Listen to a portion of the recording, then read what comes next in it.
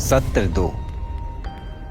परमेश्वर अंत के दिनों में न्याय का कार्य क्यों और कैसे करता है।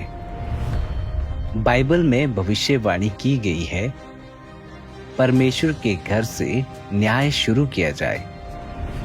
भाइयों और बहनों, कई वर्षों तक प्रभु में विश्वास रखने के बाद हमारी सबसे बड़ी आशा स्वर्ग के राज्य में उठा लिया जाना है। स्वर्ग के राज्य में प्रवेश करने की कुंजी प्रभु की वापसी का स्वागत करना है।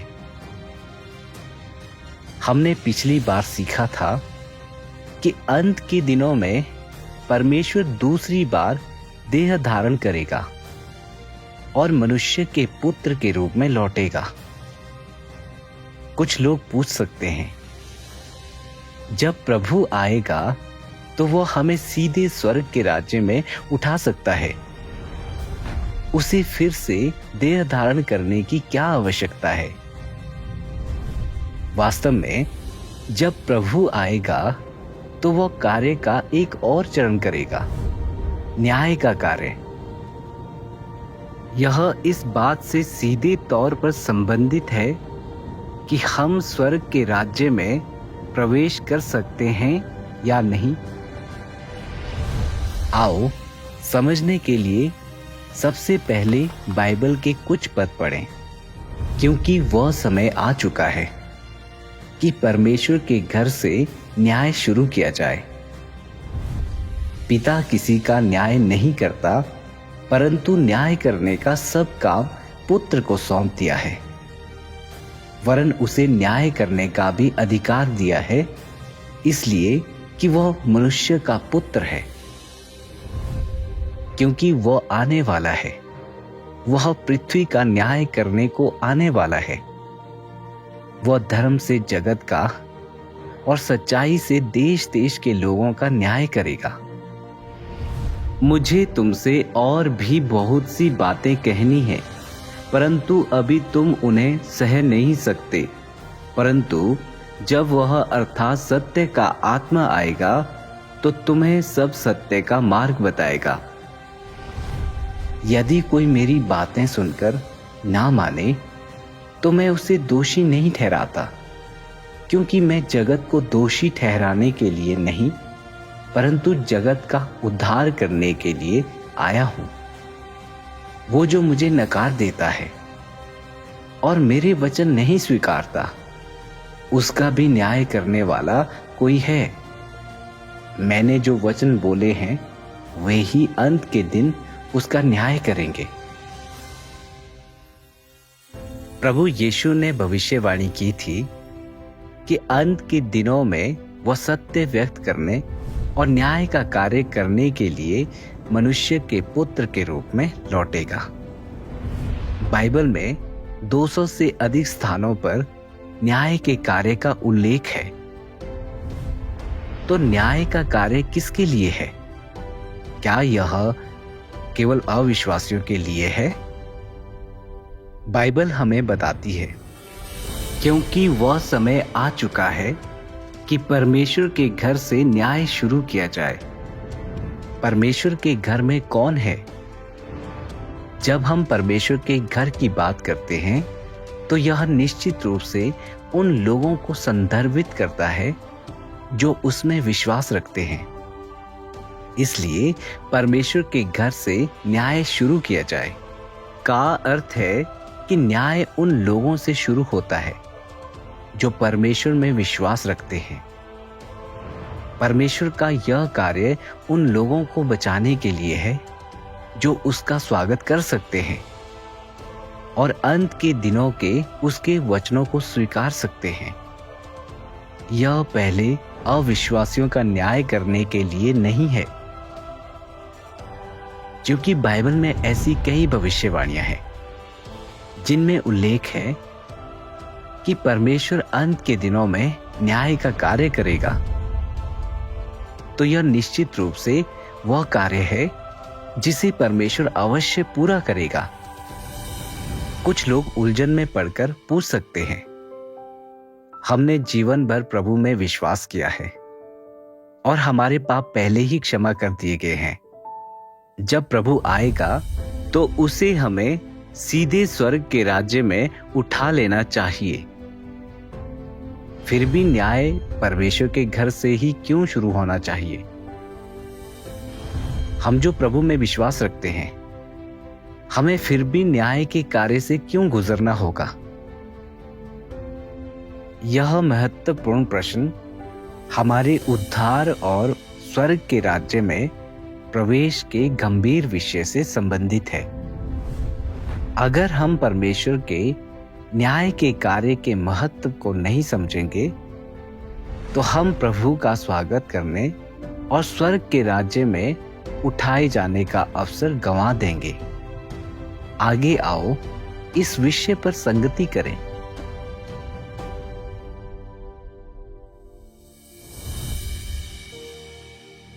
प्रभु में विश्वास रखने और हमारे पाप क्षमा कर दिए जाने के बाद हम सीधे स्वर्ग के राज्य में प्रवेश क्यों नहीं कर सकते? परमेश्वर को अंत के दिनों में फिर भी न्याय का कार्य क्यों करना होगा? स्वर्ग के राज्य में प्रवेश करने की आवश्यकता है। अगर हम जानना चाहते हैं कि परमेश्वर न्याय का कार्य क्यों करता है, तो हमें पहले यह समझना होगा कि किस तरह का व्यक्ति स्वर्ग के राज्य में प्रवेश कर सकता है। कुछ लोग मानते हैं कि प्रभु में विश्वास रखने और हमारे पाप क्षमा कर दिए जाने के बाद हम स्वर्ग के राज्य में प्रवेश कर सकते हैं। जब तक हम बाइबल पढ़ते हैं, प्रार्थना करते हैं और अच्छे कर्म करते हैं, प्रभु आने पर हमें निश्चित रूप से स्वर्ग के राज्य में ले जाएगा। क्या यह दृष्टिकोण सही है? स्वर्ग के राज्य में प्रवेश करने के लिए हमें पहले उसमें प्रवेश करने की आवश्यकताओं को जानना होगा। स्वर्ग के राज्य में प्रवेश करने की आवश्यकताएं मनुष्यों द्वारा तय नहीं की जाती हैं। परमेश्वर ही अपने राज्य के द्वारों का स्वामी है। अंतिम निर्णय केवल परमेश्वर का ही होता है। केवल प्रभु के वचन ही सत्य, मार्ग और जीवन है। जहां तक इस बात का सवाल है कि किस तरह का व्यक्ति स्वर्ग के राज्य में प्रवेश कर सकता है, आओ देखें कि बाइबल क्या कहती है।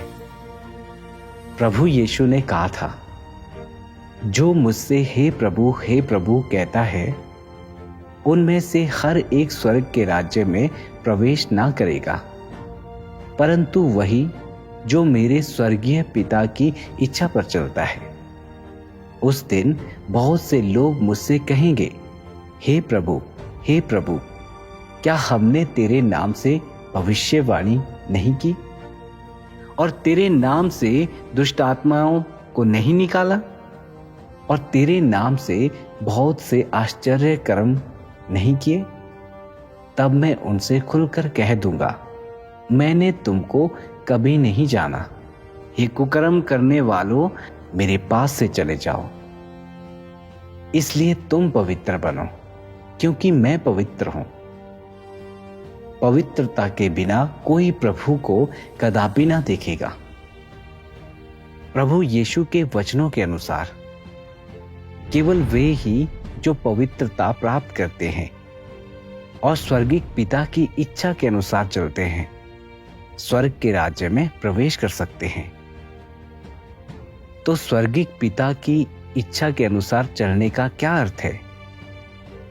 इसका अर्थ है कि लोग अब पाप नहीं करते, अब परमेश्वर के खिलाफ विद्रोह या प्रतिरोध नहीं करते और प्रभु के वचनों का पूरी तरह से पालन और अभ्यास करने में सक्षम है। यदि कोई व्यक्ति प्रभु में विश्वास रखता है और उसके पाप क्षमा कर दिए गए हैं, लेकिन वह अभी भी पाप करने और उसे कबूलने के चक्कर में जीता है, तो वह स्वर्ग के राज्य में प्रवेश करने के योग्य नहीं है। और वे प्रवेश क्यों नहीं कर सकते? ऐसा इसलिए है क्योंकि पापों की क्षमा का यह अर्थ नहीं है कि कोई व्यक्ति पवित्र हो गया है। ना ही इसका यह अर्थ है कि वह परमेश्वर के प्रति समर्पण कर सकता है या परमेश्वर की इच्छा के अनुसार चल सकता है। प्रभु को स्वीकारने और उनके पाप क्षमा कर दिए जाने के बाद क्या लोग अब भी अक्सर पाप और परमेश्वर का प्रतिरोध नहीं करते? लोगों के पाप तो क्षमा कर दिए गए हैं, लेकिन उनकी पापी प्रकृति बनी हुई है, उनका भ्रष्ट स्वभाव बना हुआ है। इसलिए लोग अभी भी पाप में जीते हैं। इसमें प्रसिद्धि और लाभ के लिए प्रयास करना, ईर्ष्या और कलह के आगे झुकना, बुरी प्रवृत्तियों का अनुसरण करना, धन और रुतबे की पूजा करना, साथ ही लोगों पर हमला करना, लोगों की आलोचना करना, लोगों को धोखा देना इत्यादि शामिल है। इसके अलावा लोग अभी भी परमेश्वर का प्रतिरोध करते हैं। यह प्रतिरोध कई अलग अलग तरीकों से प्रकट होता है। परमेश्वर के बारे में शिकायत करना, उस पर संदेह करना, उसकी आलोचना करना, उसकी निंदा करना और यहाँ तक कि उसकी ईश निंदा करना, ये सभी परमेश्वर का प्रतिरोध करने की स्पष्ट अभिव्यक्तियां हैं। उदाहरण के लिए, जब परमेश्वर का कार्य लोगों की धारणाओं के अनुरूप नहीं होता, तो वे फिर भी गलत फहमियां पाल सकते हैं और परमेश्वर के बारे में शिकायत कर सकते हैं। यह विशेष रूप से प्रभु के प्रति उनके रवैये में स्पष्ट होता है, जो धोखेबाजी से भरा है। जब सब कुछ ठीक होता है, तो वे मौखिक रूप से प्रभु को धन्यवाद देते हैं और उसकी प्रशंसा करते हैं।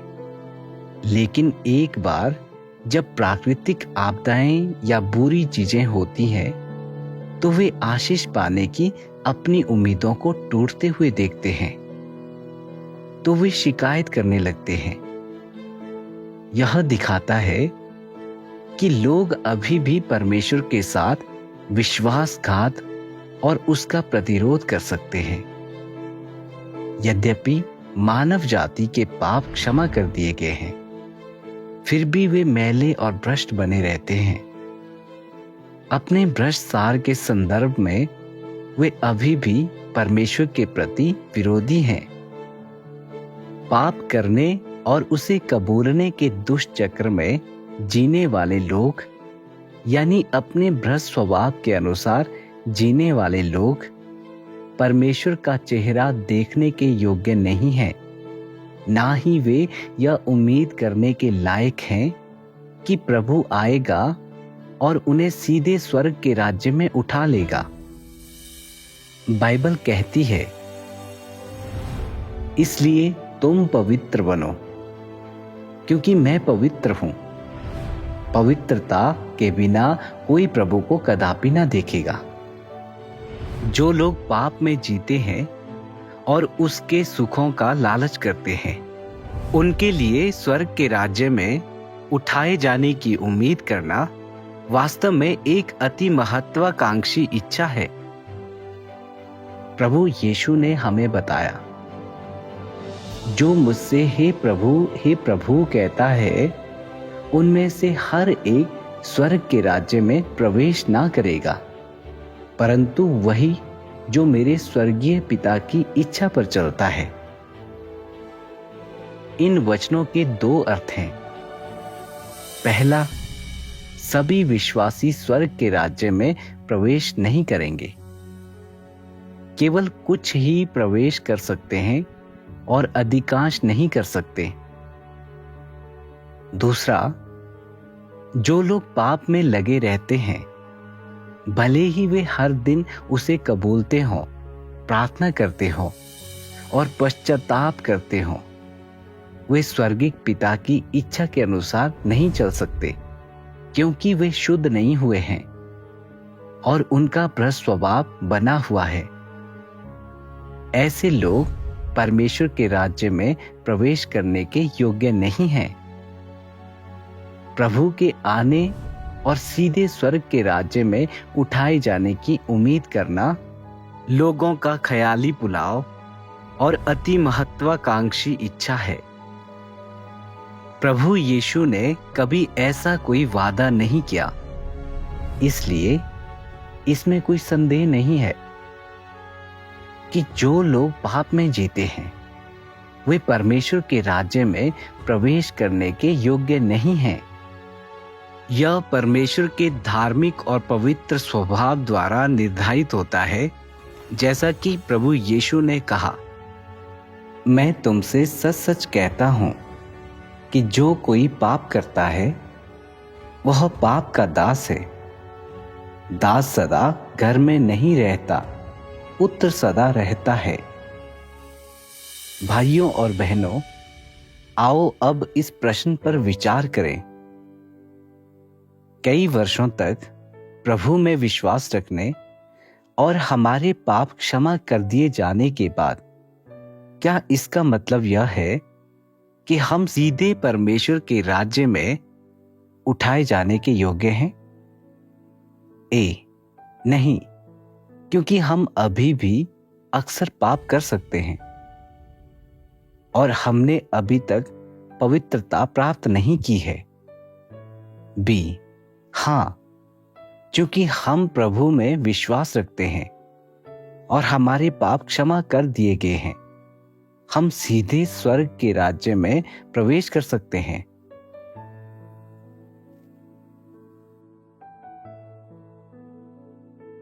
सही उत्तर ए है। नहीं, क्योंकि हम अभी भी अक्सर पाप कर सकते हैं और हमने अभी तक पवित्रता प्राप्त नहीं की है। क्या तुमने सही उत्तर दिया? इस बिंदु पर कुछ लोग बहुत निराश हो सकते हैं और सोच सकते हैं, यदि ऐसा है और कोई भी पवित्र नहीं है तो क्या इसका मतलब यह है कि कोई भी परमेश्वर के राज्य में प्रवेश नहीं कर सकता? हालांकि निराश होने की कोई आवश्यकता नहीं है। स्वर्ग के राज्य में प्रवेश करना परमेश्वर का वादा है। आगे हम परमेश्वर के वचनों की गहराई में उतरेंगे ताकि उसके राज्य में प्रवेश करने की आवश्यकताओं को समझ सकें और वहां तक ले जाने वाले मार्ग को खोज सकें। प्रभु यीशु के कार्य का प्रभाव। सबसे पहले आओ समझे कि क्यों प्रभु यीशु द्वारा क्रूस पर अपना कार्य पूरा किए जाने के बाद भी लोग अभी भी पाप करने और उसे कबूलने के चक्कर में जीते हैं, पाप के बंधन से बच नहीं पाते। यह हमारे लिए विचार करने के लिए एक महत्वपूर्ण प्रश्न है। कुछ अंश पढ़ने के बाद हम समझ जाएंगे। तुम जैसे पापी जिसे अभी अभी छुटकारा दिया गया है और जो परिवर्तित नहीं हुआ है या परमेश्वर द्वारा पूर्ण नहीं बनाया गया है, क्या तुम परमेश्वर के इरादों के अनुरूप हो सकते हो? तुम्हारे लिए तुम जो कि अभी भी अपने पुराने स्वरूप वाले हो, यह सच है कि तुम्हें यीशु के द्वारा बचाया गया था और परमेश्वर के उद्धार की वजह से तुम पाप वाले नहीं हो, परंतु इससे यह साबित नहीं होता है कि तुम पाप या अशुद्धता से रहित हो। यदि तुम्हें बदला नहीं गया है तो तुम पवित्र कैसे हो सकते हो? भीतर से तुम अशुद्धता से भरे हुए हो, स्वार्थी और नीच हो, मगर तब भी तुम यीशु के साथ उतरना चाहते हो। वहाँ रे तुम्हारी किस्मत, तुम परमेश्वर पर अपने विश्वास में एक कदम चूक गए हो। तुम्हें मात्र छुटकारा दिया गया है, परंतु परिवर्तित नहीं किया गया है। तुम्हें परमेश्वर के इरादों के अनुरूप होने के लिए परमेश्वर को व्यक्तिगत रूप से तुम्हें परिवर्तित और शुद्ध करने का कार्य करना होगा, वरना तुम किसी भी तरह से पवित्र नहीं हो सकते, क्योंकि तुम्हें केवल छुटकारा मिला होगा। इस तरह से तुम परमेश्वर के साथ अच्छे आशीषों का आनंद लेने के अयोग्य होंगे, क्योंकि तुमने मनुष्य का प्रबंधन करने के परमेश्वर के कार्य का एक कदम खो दिया है, जो कि परिवर्तित करने और पूर्ण बनाने का महत्वपूर्ण कदम है। और इसलिए तुम एक पापी जिसे अभी अभी छुटकारा दिया गया है, परमेश्वर की विरासत को सीधे तौर पर उत्तराधिकार में पाने लायक नहीं हो, क्योंकि अनुग्रह के युग में हाथ रखकर और प्रार्थना करके दुष्ट आत्माओं को मनुष्य से निकाला जाता था। परंतु मनुष्य के भीतर का भ्रष्ट स्वभाव तब भी बना रहता था। मनुष्य को उसकी बीमारी से चंगा कर दिया जाता था और उसके पाप क्षमा कर दिए जाते थे। किंतु जहां तक इस बात का संबंध था कि मनुष्य को उसके भीतर के भ्रष्ट शैतानी स्वभावों से कैसे मुक्त किया जाए, तो यह कार्य अभी किया जाना बाकी था। मनुष्य को उसके विश्वास के कारण केवल बचाया गया था और उसके पाप क्षमा किए गए थे, किंतु मनुष्य की पापी प्रकृति का उन्मूलन नहीं किया गया था और वह अब भी उसके भीतर बनी हुई थी। मनुष्य के पाप क्षमा कर दिए गए थे और ऐसा परमेश्वर के सलीब पर चढ़ने के कार्य की वजह से हुआ था।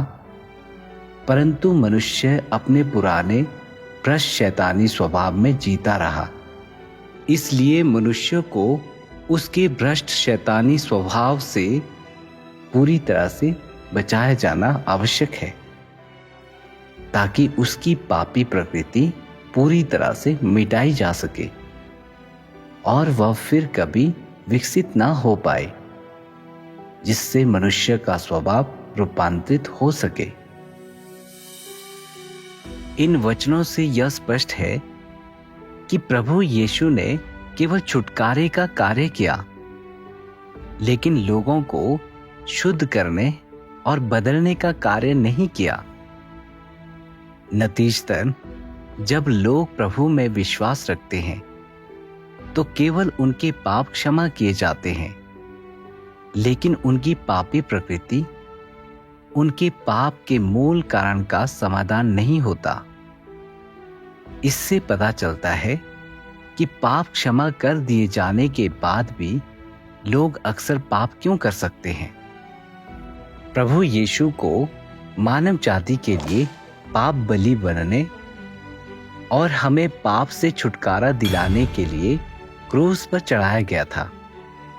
व्यवस्था के युग की तरह अब लोगों को पाप बलि के रूप में जानवरों की बलि देने की आवश्यकता नहीं है।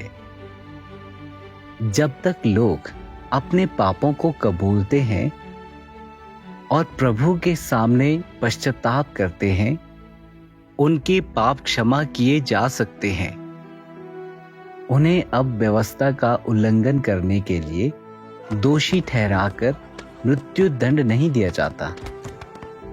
यह उन्हें प्रार्थना में प्रभु के सामने आने और उसके द्वारा प्रदान की गई शांति, आनंद और प्रचुर अनुग्रह का आनंद लेने के योग्य बनाता है। यही बचाए जाने का सच्चा अर्थ है। इसलिए आस्था द्वारा बचाया जाना, केवल पापों के क्षमा किए जाने और अब व्यवस्था द्वारा दोषी ठहराकर मृत्यु दंड ना दिए जाने को संदर्भित करता है। लेकिन इसका यह अर्थ नहीं है कि लोग अब पाप नहीं करते, और इसका यह तो बिल्कुल भी अर्थ नहीं है कि उनकी पापी प्रकृति शुद्ध हो गई है। आओ एक सादृश्य उदाहरण पर विचार करें। एक चोर कुछ चुराने के बाद पकड़ा जाता है। उसका पिता प्रेमवश उसे छुड़ाने के लिए कीमत चुकाता है, लेकिन यह इस बात की गारंटी नहीं देता कि वह फिर से दूसरों से चोरी नहीं करेगा। केवल यह कहा जा सकता है कि उसे अब व्यवस्था द्वारा दोषी नहीं ठहराया जाता, लेकिन उसकी चोरी करने की प्रकृति बनी रहती है। उपयुक्त अवसर मिलने पर वह संभवतः फिर से चोरी करने की कोशिश करेगा। चोरी एक बाहरी व्यवहार है जो चोरी करने की प्रवृत्ति वाली आंतरिक भ्रष्ट प्रकृति की अभिव्यक्ति है। इसलिए यह पापी और भ्रष्ट प्रकृति मनुष्यों के पाप की जड़ है और पापी व्यवहार इसी जड़ से उत्पन्न होते हैं। यदि पापी प्रकृति को जड़ से नहीं मिटाया जाता तो पापी व्यवहार कभी नहीं रुकेंगे। यह घास काटने जैसा है। यदि तुम जड़ों को नहीं खोदते हो तो वे फिर से उग आएंगी, चाहे तुम उन्हें कितनी भी बार काटो। लोगों के पाप करने के साथ भी ऐसा ही है। यदि पापों को केवल क्षमा कर दिया जाए और भीतर के पाप के स्रोत को जड़ से ना उखाड़ा जाए तो लोग अभी भी पाप करते रहेंगे। तो पाप की यह जड़ क्या है? यह मनुष्यों के भीतर की शैतानी प्रकृति और शैतानी जहर को संदर्भित करता है। शैतान की प्रकृति की विशेषता स्वार्थ, अहंकार, कुटिलता, धोखेबाजी, दुष्टता, लालच, आत्मतुष्टता और अभिमान है। ये भ्रष्ट स्वभाव हैं।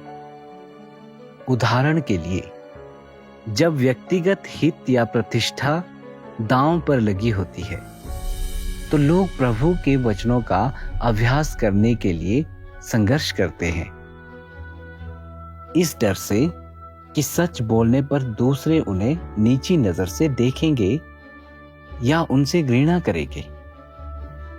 वे झूठ और धोखे का सहारा लेते हैं। यही मनुष्यों के भीतर की स्वार्थी भ्रष्ट प्रकृति है।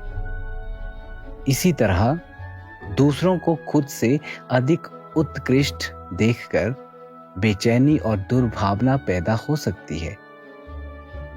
यह मनुष्यों के भीतर की ईर्ष्यालु भ्रष्ट प्रकृति है। ईर्ष्या नीचा दिखाने, आलोचना करने और दूसरों को नीची नजर से देखने जैसे नकारात्मक व्यवहारों को जन्म दे सकती है। अहंकार भी एक शैतानी स्वभाव है। यह लोगों पर हावी हो सकता है, जिससे वे खुद की बड़ाई करते हैं और अपनी गवाही देते हैं। वे दूसरों से समर्पण की मांग करते हैं, ठीक वैसे ही जैसे शैतान करता है। एक अहंकारी प्रकृति परमेश्वर के वचनों की अवज्ञा करने, परमेश्वर के बारे में धारणाएं पालने और यहां तक कि उसके साथ विश्वासघात करने की ओर भी ले जा सकती है। प्रभु यीशु ने लोगों को पाप के लिए मिलने वाले दंड को क्षमा किया, ना कि उनकी पापी प्रकृति को। जब तक इस पापी प्रकृति का समाधान नहीं हो जाता, भले ही प्रभु यीशु मनुष्यों को 1000 या 10,000 बार क्षमा कर दे, वे फिर भी पाप करना बंद नहीं कर पाएंगे। अंत में वे पवित्रता प्राप्त नहीं कर सकते और स्वर्ग के राज्य में प्रवेश करने के अयोग्य बने रहते हैं। यह एक ऐसा तथ्य है जिसका हर विश्वासी को सामना करना होगा। तो क्या लोग इस पापी प्रकृति का समाधान अपने आप कर सकते हैं? उदाहरण के लिए, क्या कोई व्यक्ति अधिक बाइबल पढ़कर, अधिक सभाओं में भाग लेकर और अधिक प्रार्थना करके इस पापी प्रकृति को धीरे धीरे हटा सकता है? इसका उत्तर निश्चित रूप से नहीं है। 2000 वर्षों से अनगिनत धर्मनिष्ठ विश्वासियों ने बाइबल पढ़ी है, सभाओं में भाग लिया है और प्रार्थना की है, फिर भी उनमें से किसने पाप करना बंद कर दिया है?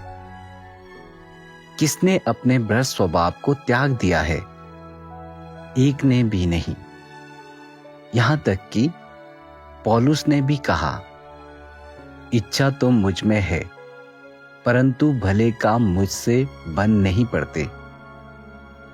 मनुष्यों की प्रकृति शैतानी स्वभावों से भरी है और शैतान के शब्द मनुष्यों का जीवन बन गए हैं। ये शैतानी स्वभाव हमारे खून, हमारी मज्जा में किसी ऐसी चीज की तरह हैं जिसे हम अपने आप नहीं छोड़ सकते। यह शैतानी स्वभाव मनुष्यों में गहराई से जड़ें जमा चुका है और उनका जीवन बन गया है। इस तरह चाहे लोग कितनी भी कोशिश करें या खुद पर कितना भी संयम रखें, यह सब व्यर्थ है। प्रभु में विश्वास रखने वाला कौन सा विश्वासी पाप के बंधन से बच पाया है? क्या वे सभी पाप करने और उसे कबूलने के चक्कर में नहीं फंसे हुए हैं? पाप में नहीं जी रहे हैं और बुरी तरह संघर्ष नहीं कर रहे हैं? यहां तक कि जब वे रोते हैं और प्रभु से प्रार्थना करते हैं, तब भी मुक्त होना असंभव पाते हैं। इसलिए पाप से सचमुच मुक्त होने और पवित्रता प्राप्त करने के लिए मानव जाति को पापों को सहने के लिए प्रभु यीशु के क्रूस पर चढ़ने से कहीं अधिक की आवश्यकता है। हमें यह भी आवश्यकता है कि प्रभु यीशु व्यक्तिगत रूप से फिर से आए, ताकि हमारे भीतर से पापी प्रकृति को हटा सके, हमें पूरी तरह से बदल सके और शुद्ध कर सके। केवल तभी हम पवित्रता प्राप्त कर सकते हैं और स्वर्ग के राज्य में प्रवेश करने के योग्य हो सकते हैं। केवल अंत के दिनों में परमेश्वर के न्याय को स्वीकार करके ही कोई शुद्ध हो सकता है और स्वर्ग के राज्य में प्रवेश कर सकता है। तो फिर हम वास्तव में पाप से कैसे मुक्त हो सकते हैं और परमेश्वर द्वारा स्वर्ग के राज्य में कैसे लाए जा सकते हैं? वास्तव में प्रभु यीशु हमें पहले ही शुद्धिकरण का मार्ग बता चुका है। आओ इसे समझने के लिए बाइबल के कुछ पद पढ़ें, क्योंकि वह समय आ चुका है कि परमेश्वर के घर से न्याय शुरू किया जाए। मुझे तुमसे और भी बहुत सी बातें कहनी हैं, परंतु अभी तुम उन्हें सह नहीं सकते। परंतु जब वह अर्थात सत्य का आत्मा आएगा तो तुम्हें सब सत्य का मार्ग बताएगा। सत्य के द्वारा उन्हें पवित्र कर, तेरा वचन सत्य है। यदि कोई मेरी बातें सुनकर ना माने तो मैं उसे दोषी नहीं ठहराता, क्योंकि मैं जगत को दोषी ठहराने के लिए नहीं, परंतु जगत का उद्धार करने के लिए आया हूं। वो जो मुझे नकार देता है और मेरे वचन नहीं स्वीकारता, उसका भी न्याय करने वाला कोई है। मैंने जो वचन बोले हैं वे ही अंत के दिन उसका न्याय करेंगे। अंत के दिनों में परमेश्वर कार्य का एक और चरण करेगा। परमेश्वर के घर से शुरू होने वाला न्याय का कार्य यह उन लोगों को बचाने के लिए है जो सच्चे मन से प्रभु में विश्वास रखते हैं और उसकी वापसी का स्वागत करते हैं। बाइबल कहती है, सत्य के द्वारा उन्हें पवित्र कर, तेरा वचन सत्य है। और मैंने जो वचन बोले हैं वे ही अंत के दिन उसका न्याय करेंगे। इसका मतलब है कि परमेश्वर अपने वचनों के माध्यम से सत्य व्यक्त करके न्याय का कार्य करेगा। वह लोगों को सभी सत्य समझने और उनमें प्रवेश करने के लिए मार्गदर्शन करेगा। इन सत्यों का उपयोग करके हमारा न्याय करेगा और हमें शुद्ध करेगा। इसका उद्देश्य हमारे भीतर से हमारी पापी प्रकृति को पूरी तरह से हटाना है, ताकि लोग पाप से पूरी तरह मुक्त हो सकें, शैतान के प्रभाव से बच सकें और पूर्ण उद्धार प्राप्त कर सकें। यह शायद बहुत से लोगों की कल्पना से बहुत अलग है ना?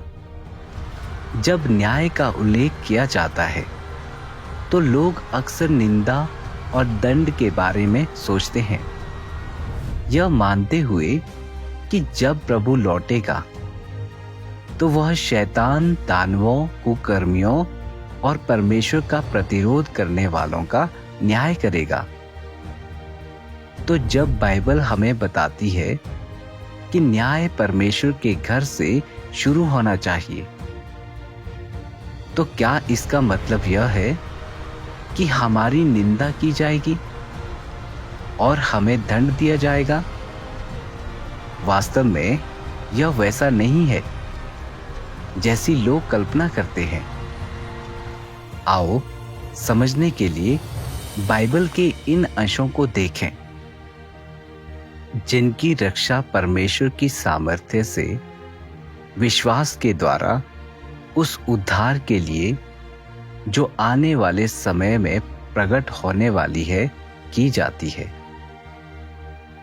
वैसे ही मसीह भी बहुतों के पापों को उठा लेने के लिए एक बार बलिदान हुआ, और जो लोग उसकी बाट जोहते हैं उनके उद्धार के लिए दूसरी बार बिना पाप उठाए हुए दिखाई देगा। क्योंकि जब तेरे न्याय के काम पृथ्वी पर प्रकट होते हैं, तब जगत के रहने वाले धर्म को सीखते हैं। बाइबल कहती है, उद्धार के लिए जो आने वाले समय में प्रकट होने वाली है, और जो लोग उसकी बाट जोहते हैं उनके उद्धार के लिए दूसरी बार बिना पाप उठाए हुए दिखाई देगा। ये पद स्पष्ट रूप से बताते हैं कि जब प्रभु अंत के दिनों में लौटेगा तो वह अपने उद्धार का एक और हिस्सा लाएगा। यह उद्धार वचनों द्वारा न्याय के उस कार्य को संदर्भित करता है जिसे परमेश्वर अंत के दिनों में लौटने पर करेगा। उद्धार के लिए बिना पाप उठाए वाक्यांश यह दर्शाता है कि प्रभु लौटकर आएगा, तो वह अब मानव जाति के लिए पाप बलि के रूप में सेवा नहीं करेगा, हमारे पापों को नहीं सहेगा, ना ही वह सीधे तौर पर मानव जाति की निंदा करेगा। इसके बजाय वह उन सभी को शुद्ध करने और बचाने के लिए वचनों द्वारा न्याय का कार्य करेगा, जो सच्चे मन से उसकी वापसी का स्वागत करते हैं। यह कार्य लोगों को पाप से पूरी तरह मुक्त होने, अपने भ्रष्ट स्वभावों को त्यागने और वास्तव में परमेश्वर की इच्छा पूरी करने में सक्षम बनाएगा। इस प्रकार उन्हें स्वर्ग के राज्य में प्रवेश करने के योग्य बनाएगा। इससे हम देख सकते हैं कि अंत के दिनों में वचनों द्वारा परमेश्वर का न्याय निंदा और दंड नहीं है। इसके विपरीत अंत के दिनों में परमेश्वर का न्याय का कार्य मानव जाति को बचाने के उसके कार्य में सबसे महत्वपूर्ण और अहम चरण है। यह निर्धारित करता है कि लोग स्वर्ग के राज्य में प्रवेश कर सकते हैं या नहीं? यदि लोग कार्य के इस महत्वपूर्ण चरण को चूक जाते हैं और अंत के दिनों में परमेश्वर के न्याय को स्वीकार नहीं करते हैं, तो वे शुद्ध नहीं हो सकते। तब परमेश्वर में विश्वास रखने के उनके सभी प्रयास व्यर्थ हो जाएंगे और वे आधे रास्ते में ही हार मान लेंगे। हमेशा के लिए परमेश्वर के राज्य में प्रवेश करने के अयोग्य हो जाएंगे और परमेश्वर में उनकी आस्था पूरी तरह से विफल मानी जाएगी। यह वास्तव में जीवन भर का पछतावा होगा। आओ इस पर और भी अधिक स्पष्टता प्राप्त करने के लिए एक और अंश पढ़ें। यद्यपि यीशु मनुष्यों के बीच आया और बहुत सा कार्य किया, फिर भी उसने केवल समस्त मानव जाति के छुटकारे का कार्य ही पूरा किया और मनुष्य की पाप बलि के रूप में सेवा की। उसने मनुष्य के भीतर से उसके समस्त भ्रष्ट स्वभाव का उन्मूलन नहीं किया। मनुष्य को शैतान के प्रभाव से पूरी तरह से बचाने के लिए यीशु को न केवल पाप बलि बनने और मनुष्य के पाप वहन करने की आवश्यकता थी, बल्कि मनुष्य के भीतर से उसके शैतान द्वारा भ्रष्ट किए गए स्वभाव का पूरी तरह उन्मूलन करने के लिए परमेश्वर को और भी बड़ा कार्य करना आवश्यक था।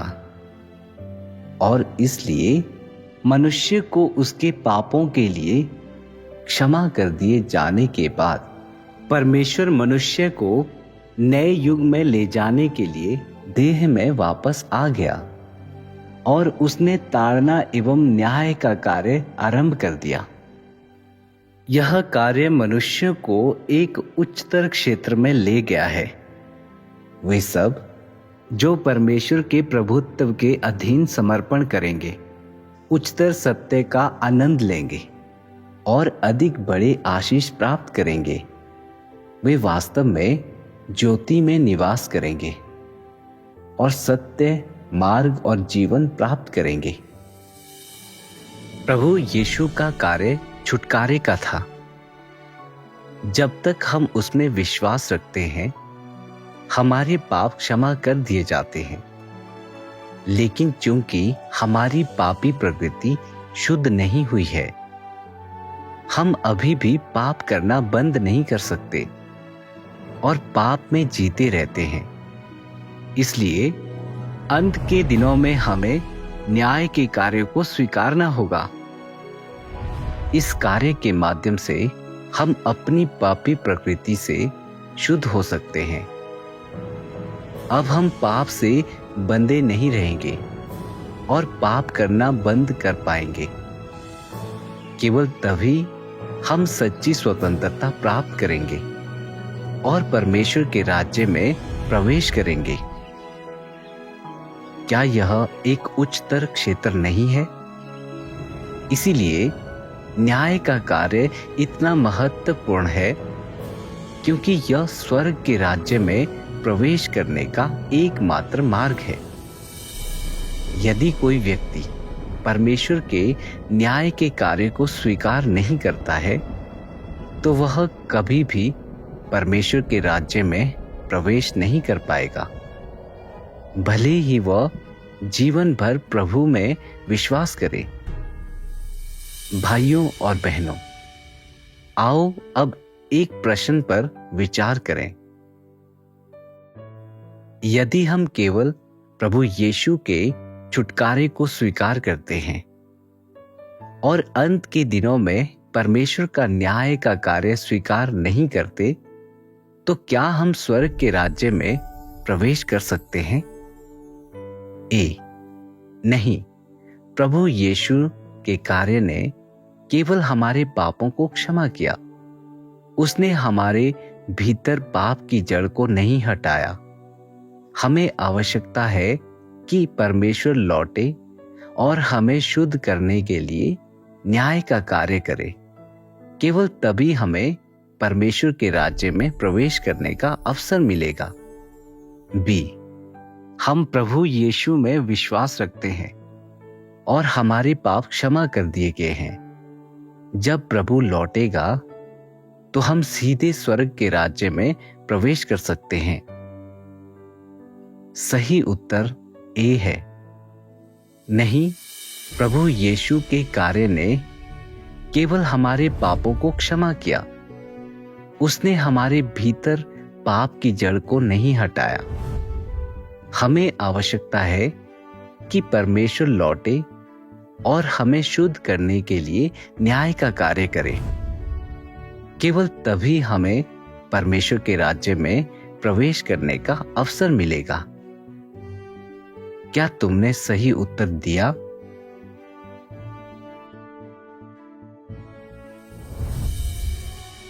परमेश्वर अंत के दिनों में लोगों को शुद्ध करने और बचाने के लिए न्याय का कार्य कैसे करता है?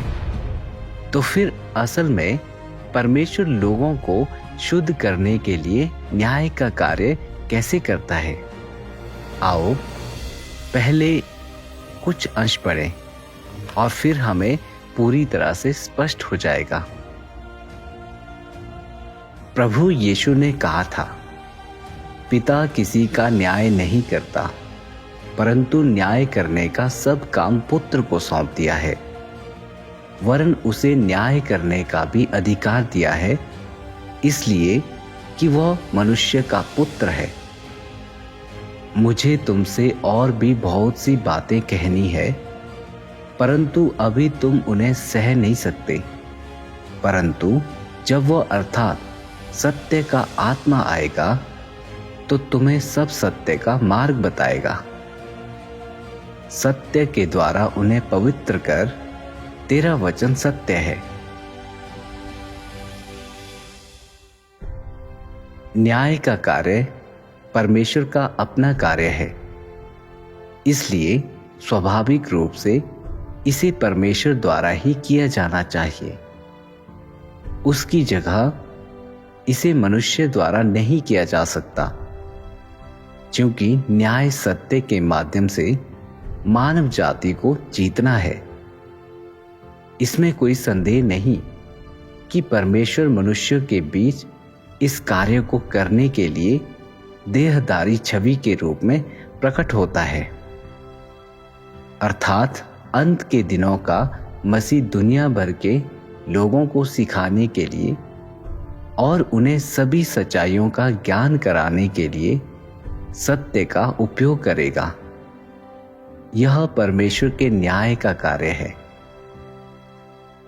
अंत के दिनों का मसीह मनुष्य को सिखाने, उसके सार को उजागर करने और उसके वचनों और कर्मों का गहन विश्लेषण करने के लिए विभिन्न प्रकार के सत्यों का उपयोग करता है।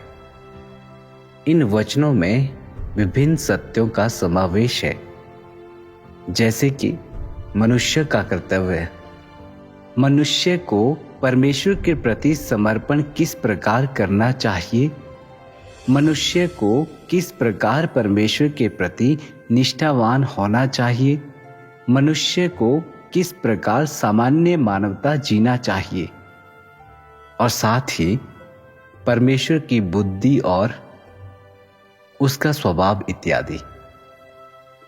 ये सभी वचन मनुष्य के सार और उसके भ्रष्ट स्वभाव पर निर्देशित हैं।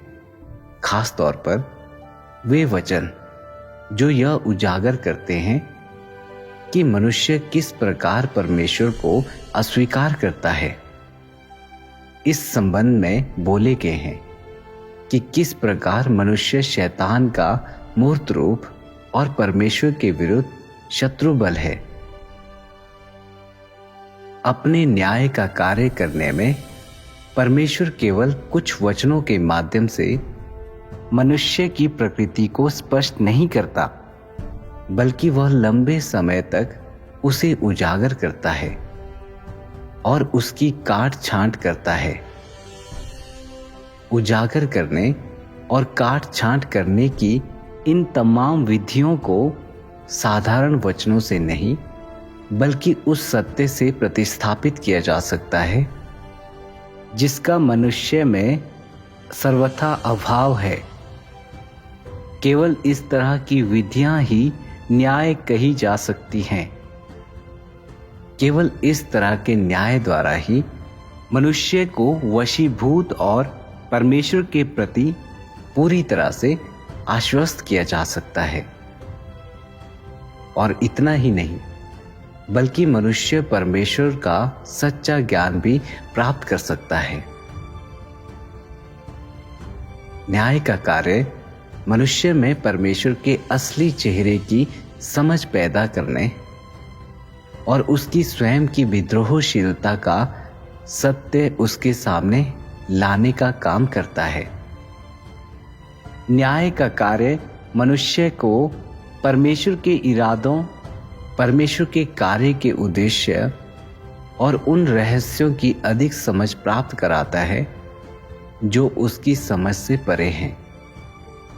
यह मनुष्य को अपने भ्रष्ट सार तथा अपनी भ्रष्टता की जड़ों को जानने, पहचानने और साथ ही अपनी कुरूपता को खोजने देता है। ये सभी परिणाम न्याय के कार्य द्वारा लाए जाते हैं, क्योंकि इस कार्य का सार वास्तव में उन सभी के लिए परमेश्वर के सत्य, मार्ग और जीवन को उद्घाटित करने का कार्य है जिनका उस पर विश्वास है। यह कार्य परमेश्वर के द्वारा किया जाने वाला न्याय का कार्य है। इन अंशों को पढ़ने के बाद यह स्पष्ट है कि अंत के दिनों में परमेश्वर सत्य व्यक्त करने और न्याय का कार्य करने के लिए मनुष्य के पुत्र के रूप में देह धारण करता है। यह कार्य लोगों के विभिन्न शैतानी स्वभावों और शैतान द्वारा मनुष्य में डाले गए विभिन्न भ्रामक विचारों और दृष्टिकोणों को उजागर करता है। परमेश्वर का हर वचन अधिकार रखता है और केवल परमेश्वर ही मनुष्यों के अंतरतम हृदय की पड़ताल कर सकता है। हमारी भ्रष्ट प्रकृति की हर अभिव्यक्ति हमारे घमंड, धोखेबाजी और दुष्टता को उजागर कर सकता है। ये वचन परमेश्वर में लोगों के विश्वास के पीछे छिपी मंशाओं और लोगों के क्रियाकलापों को प्रेरित करने वाले स्वार्थी इरादों को प्रकट करते हैं जो उनके दिलों में गहरे छिपे होते हैं। अपनी कुरूपता और गंदगी के ऐसे संपूर्ण प्रकाशन का सामना करने पर लोग परमेश्वर के सामने खड़े होने में अत्यधिक शर्मिंदा और अयोग्य महसूस करते हैं। यही वह क्षण है जब लोग वास्तव में सत्य को समझने और प्राप्त करने के लिए तरसने लगते हैं।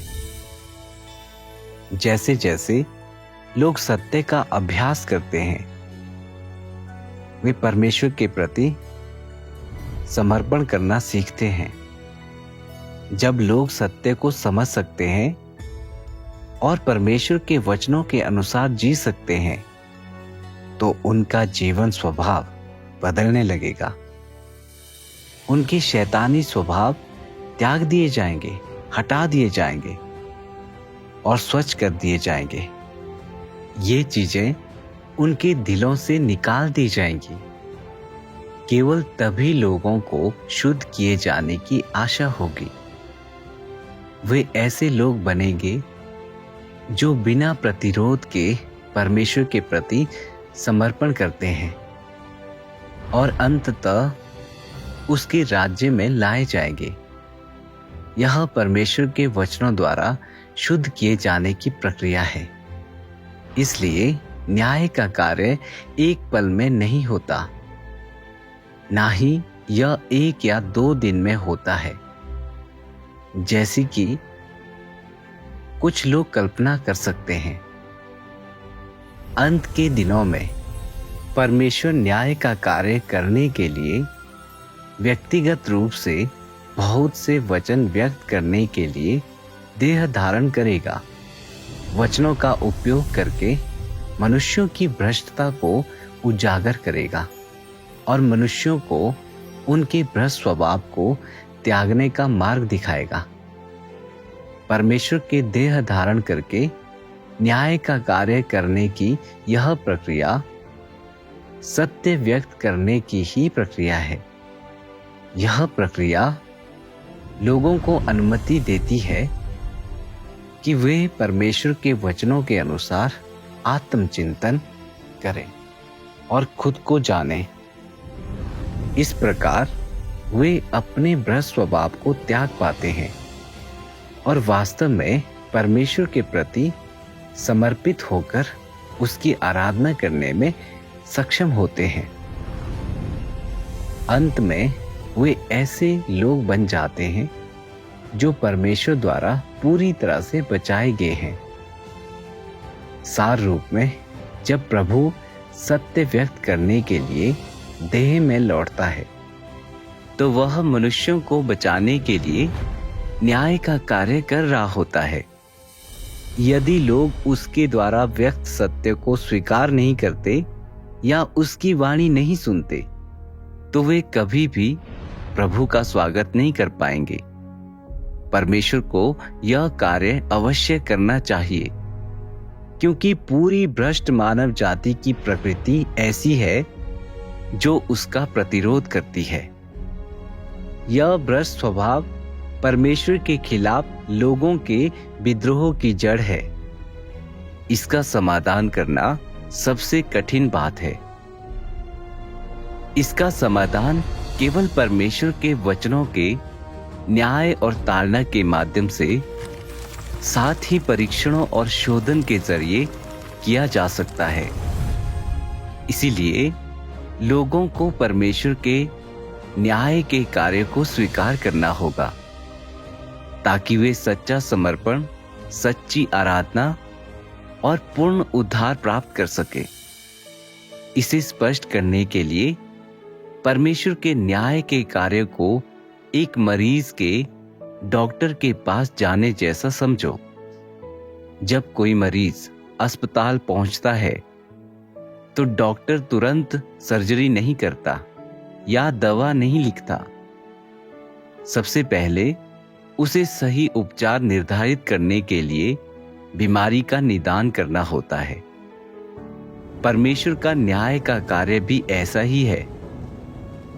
वह पहले लोगों को यह दिखाने के लिए सत्य व्यक्त करता है कि उनके कौन से व्यवहार पापी हैं और उसका प्रतिरोध करते हैं, जैसे झूठ बोलना, ईर्ष्या, घमंड, आत्मतुष्टता इत्यादि। फिर वह लोगों को बताता है कि इन भ्रष्ट स्वभावों का समाधान कैसे किया जाए और अंत में वह लोगों को दिखाता है कि एक सच्चे इंसान की तरह कैसे जिया जाए। परमेश्वर के वचनों को पढ़कर लोग धीरे धीरे पाप से मुक्त होने और शुद्धिकरण प्राप्त करने का मार्ग खोज लेते हैं। परमेश्वर के न्याय की प्रक्रिया ठीक वैसी ही है जैसे कोई डॉक्टर किसी मरीज का इलाज करता है। परमेश्वर सत्य यानी अपने वचनों को इलाज के रूप में इस्तेमाल करता है। बाइबल और परमेश्वर के वचन दिखाते हैं कि प्रभु यीशु देह में लौटेगा ताकि पृथ्वी पर विश्वासियों के बीच न्याय का कार्य शुरू कर सके। इससे एक सवाल उठता है, परमेश्वर को पृथ्वी पर न्याय का कार्य करने के लिए एक बार फिर देह धारण क्यों करना होगा? केवल देह धारण करके और पृथ्वी पर आकर ही परमेश्वर लोगों के साथ वास्तविक ठोस संपर्क बना सकता है। कभी भी कहीं भी उनसे बात कर सकता है। और उनके साथ सत्य पर संगति कर सकता है। उनके द्वारा प्रकट किए गए प्रस्त स्वभावों के अनुसार लोगों को उजागर कर सकता है और उनका न्याय कर सकता है। लोगों की जरूरतों के अनुसार उनका सिंचन कर सकता है, उनकी चरवाही कर सकता है, उन्हें सहारा दे सकता है और लोगों को परमेश्वर के स्पष्ट इरादे और आवश्यकताएं बता सकता है। इससे लोग परमेश्वर के वचनों को अपने कानों से सुनकर उसके द्वारा व्यक्त सत्यों को वास्तव में समझ पाते हैं। क्या यह लोगों के लिए सत्य और उद्धार पाने का सबसे प्रभावी तरीका नहीं है? इसके अलावा जब परमेश्वर एक साधारण सामान्य व्यक्ति के रूप में देह धारण करता है, तो क्या लोग धारणाएं पाल सकते हैं? क्या वे विद्रोह कर सकते हैं? बिल्कुल। जब लोग इस सामान्य दिखने वाले व्यक्ति का प्रतिरोध करते हैं, भले ही वे कुछ ना कहें और इसे छिपाने की कोशिश करें, परमेश्वर उनके दिलों के अंदर देख सकता है और वह सीधे तौर पर और तीक्ष्णता से उन चीजों को उजागर कर देगा जो लोगों के अंदर छिपे हैं। इसलिए परमेश्वर का देह धारण करना लोगों की विद्रोहशीलता और प्रतिरोध को प्रकट करने का सबसे अच्छा तरीका है, जो न्याय के कार्य के लिए आवश्यक है। यदि परमेश्वर का आत्मा सीधे लोगों से बात करता, तो वे निश्चित रूप से भयभीत हो जाते। तो फिर लोग कैसे परमेश्वर के सामने अपने दिल खोल सकते और उससे संवाद कर सकते? तो फिर लोग सत्य को कैसे समझ सकते? आत्मा की उपस्थिति में कौन विद्रोही या प्रतिरोधी होने की हिम्मत करेगा? कोई नहीं। लोग कांपते हुए डर के मारे जमीन पर गिर पड़ते। यदि लोग डर से पंगु हो जाएं, तो उनकी वास्तविक प्रकृति कैसे बेनकाब हो सकती है? लोगों का न्याय करने के लिए क्या सबूत होगा? इसलिए आत्मा का कार्य लोगों की असली दशा को प्रकट और बेनकाब नहीं कर सकता। इसलिए वह न्याय का कार्य पूरा नहीं कर सकता। लेकिन परमेश्वर का देह धारण करना कहीं बेहतर नतीजे हासिल कर सकता है। क्या ऐसा नहीं है?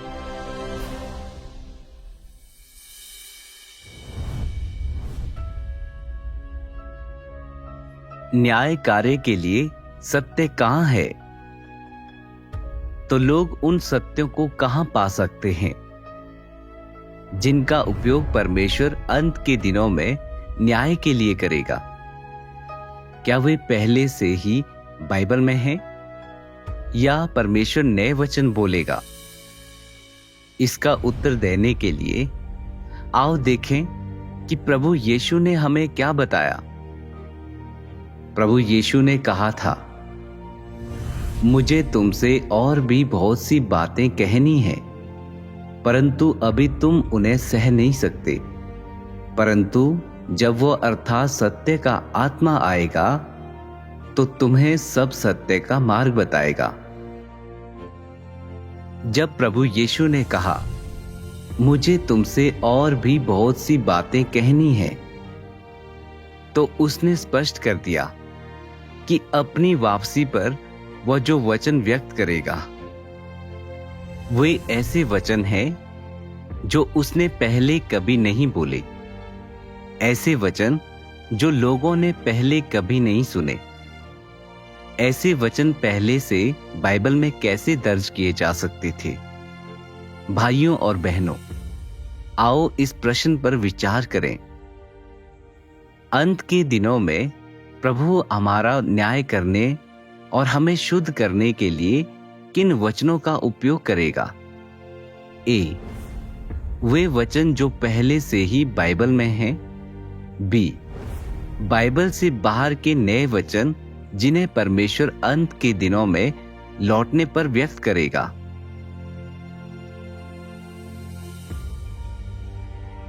सही उत्तर बी है। बाइबल से बाहर के नए वचन जिन्हें परमेश्वर अंत के दिनों में लौटने पर व्यक्त करेगा। क्या तुमने सही उत्तर दिया? वास्तव में बाइबल स्वयं कई बार भविष्यवाणी करती है कि परमेश्वर अंत के दिनों में नए वचन बोलेगा। जो सिंहासन पर बैठा था, मैंने उसके दाहिने हाथ में एक पुस्तक देखी जो भीतर और बाहर लिखी हुई थी, और वह 7 मुहर लगाकर बंद की गई थी। परंतु ना स्वर्ग में, ना पृथ्वी पर, ना पृथ्वी के नीचे कोई उस पुस्तक को खोलने या उस पर दृष्टि डालने के योग्य निकला। इस पर उन प्राचीनों में से एक ने मुझसे कहा, मत रो, देख, यहूदा के गोत्र का वह सिंह जो दाऊद का मूल है, उस पुस्तक को खोलने और उसकी 7 मुहरें तोड़ने के लिए जयवंत हुआ है। परंतु हे दानियल, तू इस पुस्तक पर मुहर करके इन वचनों को अंत समय तक के लिए बंद रख। बहुत से लोग पूछ पाछ और ढूंढ ढांड करेंगे और इससे ज्ञान बढ़ भी जाएगा। उसने कहा, हे दानियल, चला जा, क्योंकि ये बातें अंत समय के लिए बंद हैं और इन पर मुहर दी हुई है। बहुत से लोग तो अपने अपने को निर्मल और उजले करेंगे और स्वच्छ हो जाएंगे, परंतु दुष्ट लोग दुष्टता ही करते रहेंगे, और दुष्टों में से कोई ये बातें ना समझेगा, परंतु जो बुद्धिमान हैं वे ही समझेंगे। ये अंश स्पष्ट रूप से कहते हैं कि जब प्रभु लौटकर आएगा तो वह एक पुस्तक खोलेगा। यह पुस्तक मुहर बंद है, जिसका अर्थ है कि कोई भी इसे कभी खोल या पढ़ नहीं पाया है। यह पुस्तक केवल अंत के दिनों में ही खोली जा सकती है।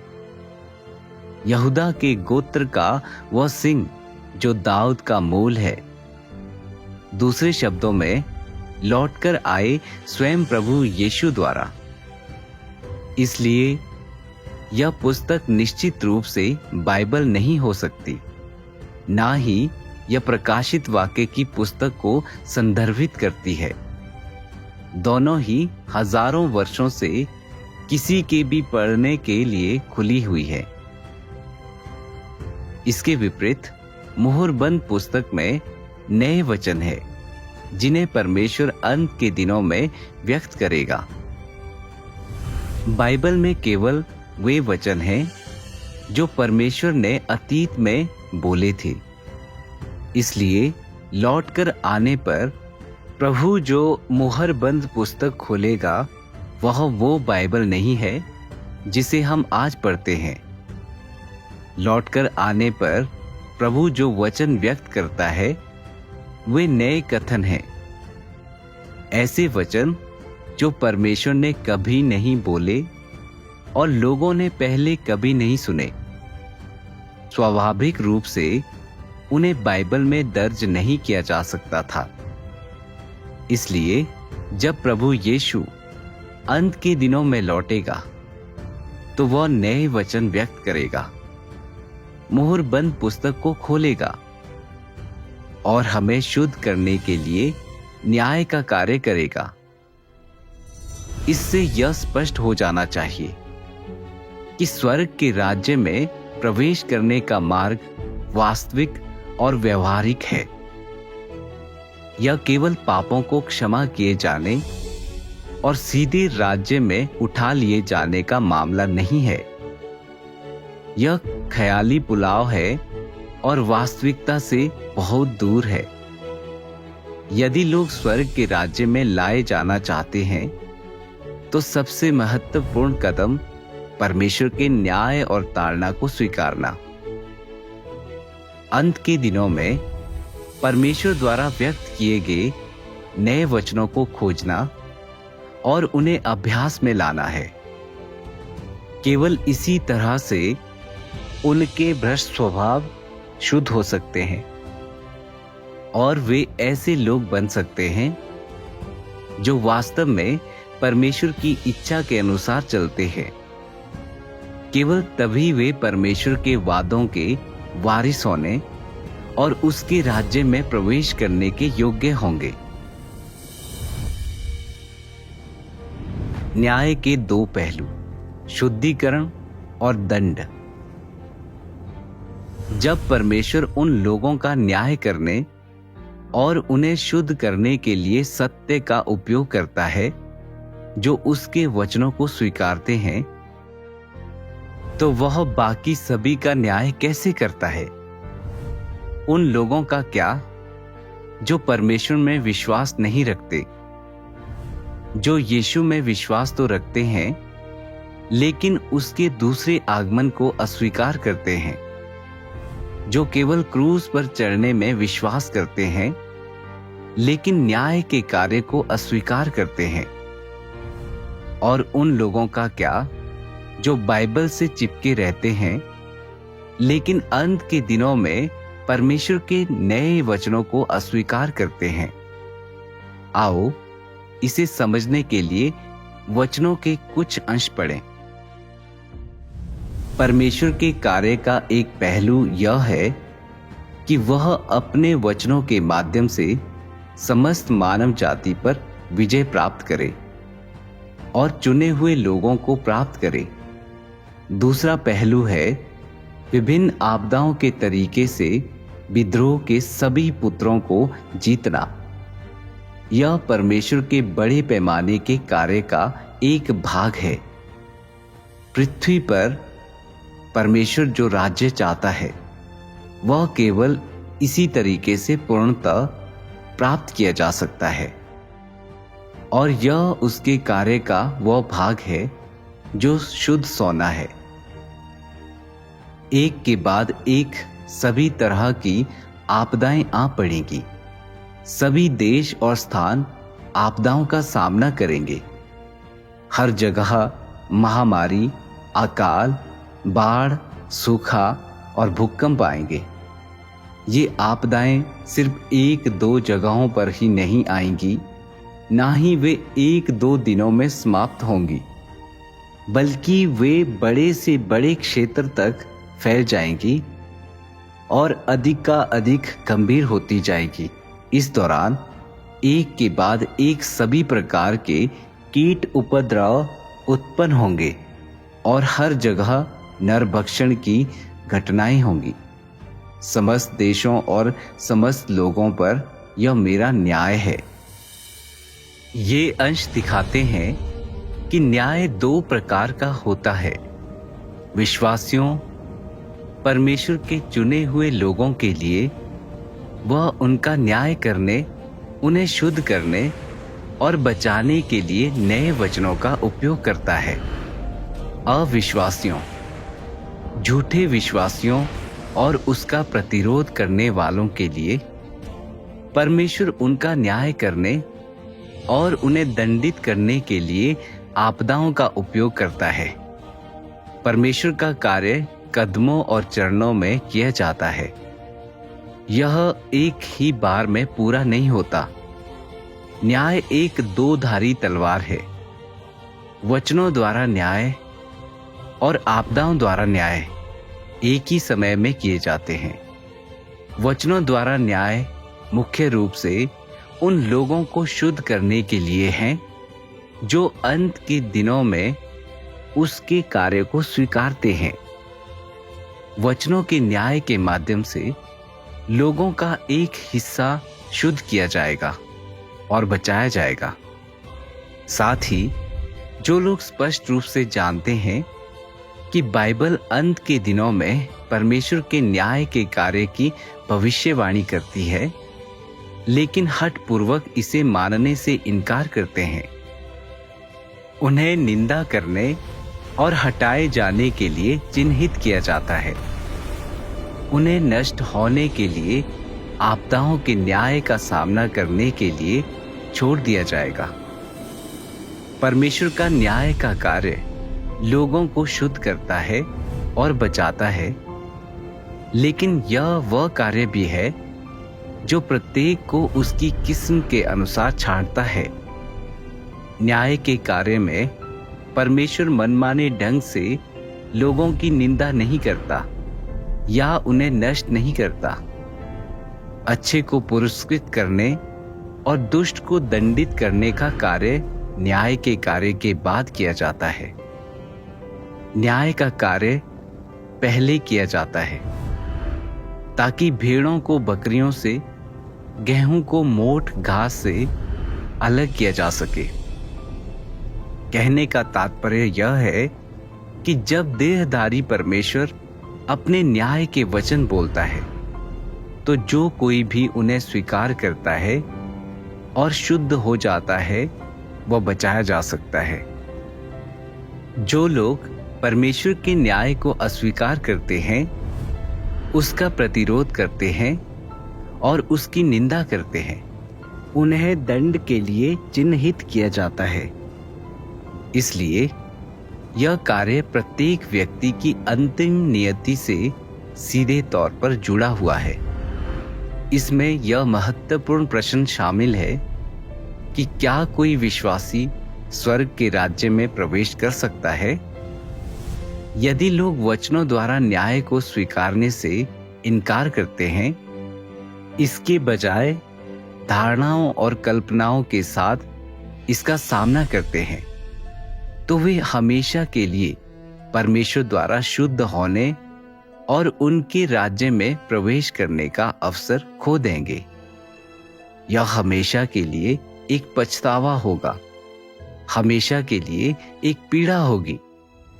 इस तरह परमेश्वर इस युग का अंत करता है, उन लोगों को बचाकर जो सत्य से प्रेम करते हैं और उसे स्वीकार करते हैं, जबकि जो लोग इसे नकारते हैं उनकी निंदा की जाती है और उन्हें नष्ट कर दिया जाता है। यही न्याय का कार्य है।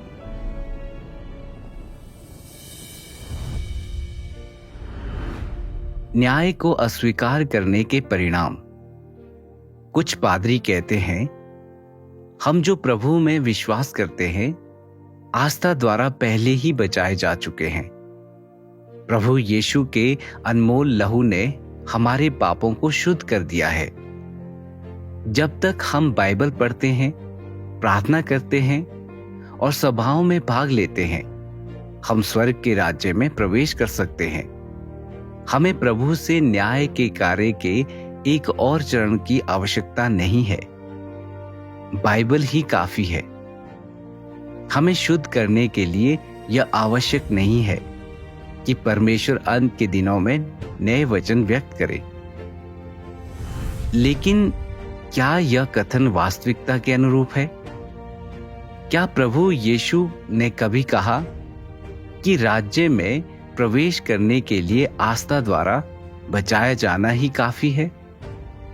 बाइबल स्पष्ट रूप से भविष्यवाणी करती है, क्योंकि वह समय आ चुका है कि परमेश्वर के घर से न्याय शुरू किया जाए। यह जानने के बावजूद कि बाइबल इस कार्य की भविष्यवाणी करती है, कुछ पादरी फिर भी इससे इनकार करते हैं। क्या वे सचमुच बाइबल में विश्वास करते हैं? अंत के दिनों में परमेश्वर का न्याय का कार्य करना बाइबल की भविष्यवाणी पर आधारित है। यदि वे बाइबल को समझते तो उन्हें इस भविष्यवाणी के महत्व को समझना चाहिए। इसलिए अपनी आस्था में हमें आंख मूंदकर मानवीय शिक्षाओं का पालन नहीं करना चाहिए, बल्कि प्रभु यीशु के वचनों पर भरोसा करना चाहिए। यदि किसी की बात प्रभु के वचनों के अनुरूप नहीं है, तो हमें उसे नहीं सुनना चाहिए। जो लोग परमेश्वर के वचनों को अनदेखा करते हैं और आंख मूंदकर दूसरों का अनुसरण करते हैं, यह मानते हुए कि वे परमेश्वर के न्याय को स्वीकार किए बिना स्वर्ग में प्रवेश कर सकते हैं। उनका अंत केवल आपदा और शाश्वत विनाश ही होगा। न्याय का कार्य मानव जाति को बचाने के परमेश्वर के कार्य में सबसे महत्वपूर्ण चरण है। केवल इसे स्वीकारने से ही किसी को आपदाओं से पहले विजेता बनाया जा सकता है और वह स्वर्ग के राज्य में हिस्सा पा सकता है। केवल परमेश्वर के वचनों के न्याय और ताड़ना का अनुभव करके ही लोग अपने प्रकृति सार और शैतानी स्वभाव को जान सकते हैं। परमेश्वर के धार्मिक और पवित्र स्वभाव को देख सकते हैं। धीरे धीरे सत्य को समझ और प्राप्त कर सकते हैं और अपने शैतानी स्वभाव को शुद्ध करवा सकते हैं।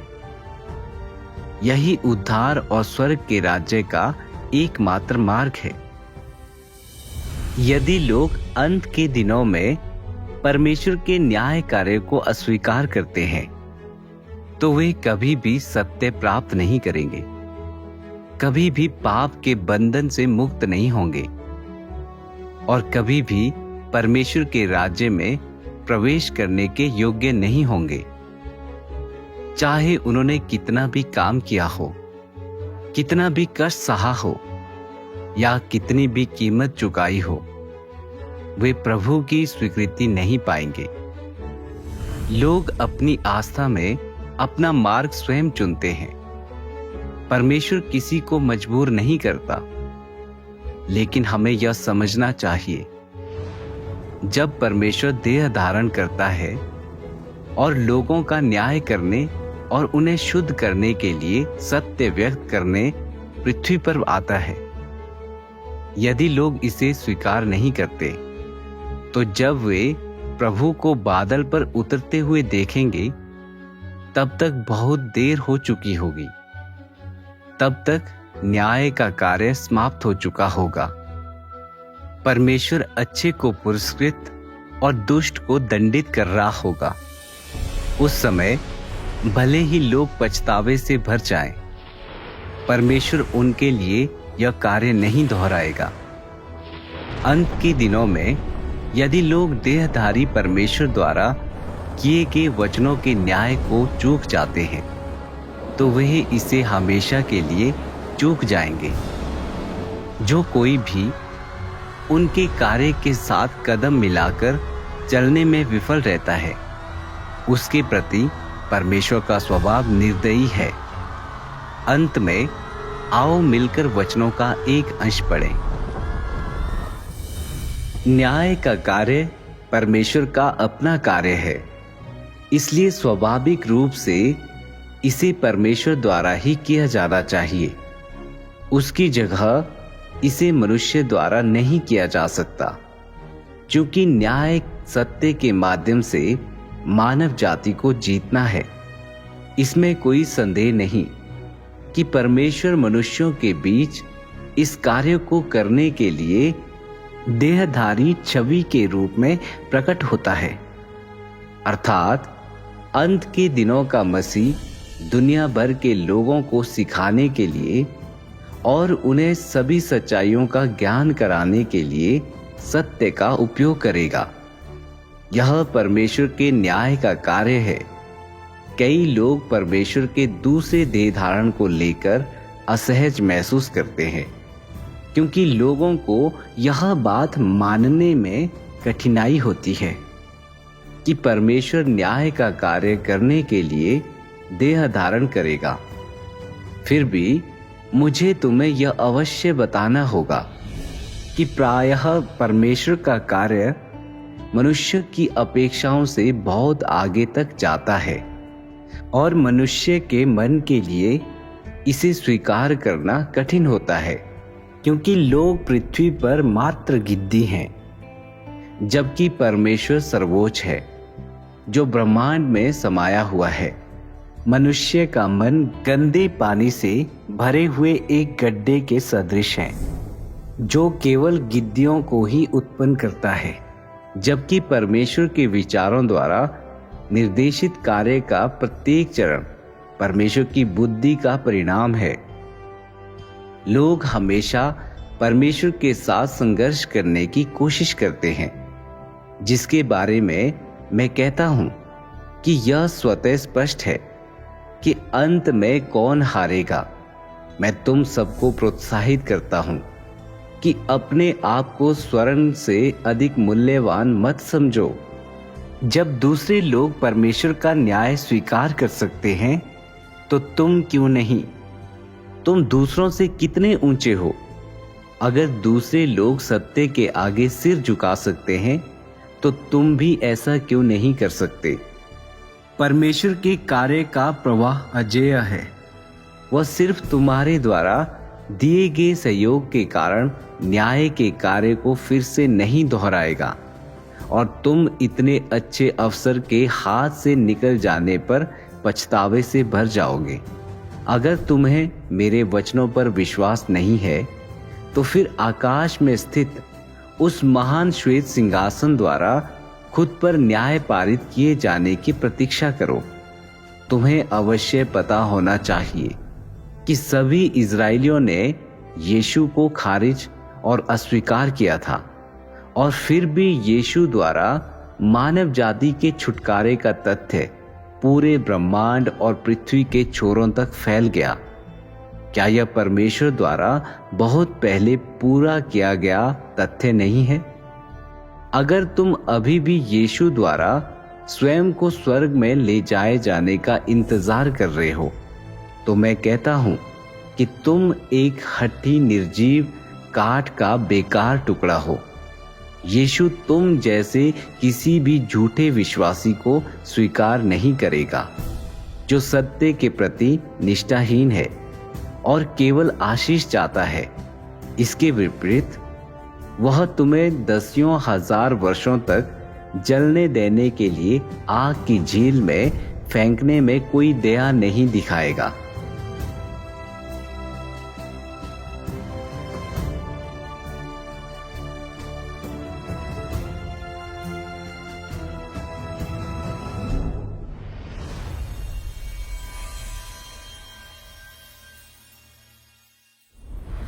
दो हजार वर्ष पहले प्रभु यीशु ने वादा किया था, देख मैं शीघ्र आने वाला हूं। उसने यह भी भविष्यवाणी की, क्योंकि जाति पर जाति और राज्य पर राज्य चढ़ाई करेगा और जगह जगह अकाल पड़ेंगे और भूकंप होंगे।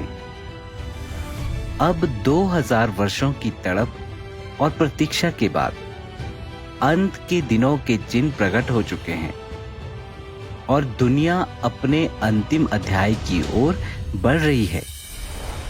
दुनिया भर में हर जगह आपदाएं घटित हो रही हैं और अधिक भीषण होती जा रही हैं। भूकंप बिना किसी चेतावनी के आते हैं। सूखा धरती को चीर देता है।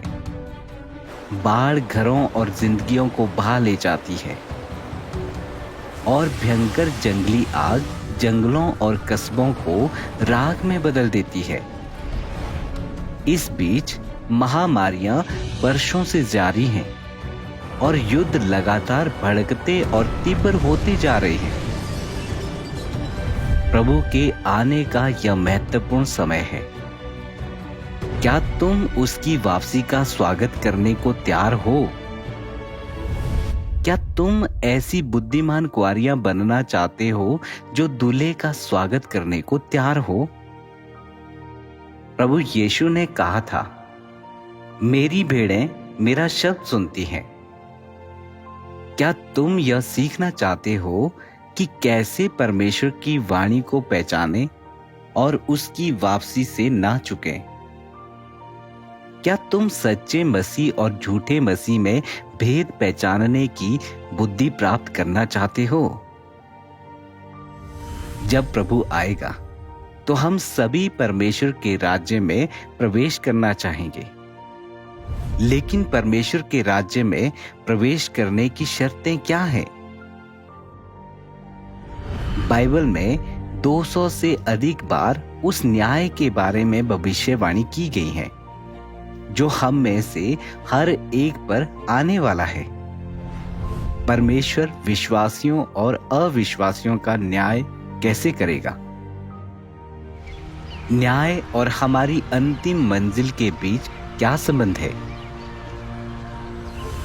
शुरुआत से लेकर अब तक परमेश्वर मानव जाति को पाप से कदम दर कदम बचाने के लिए शैतान से युद्ध करता रहा है।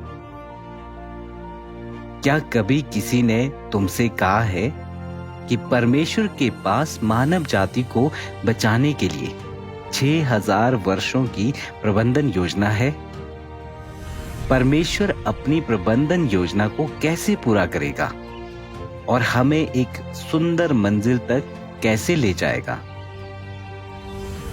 यह केवल एक सामान्य बाइबल अध्ययन नहीं है।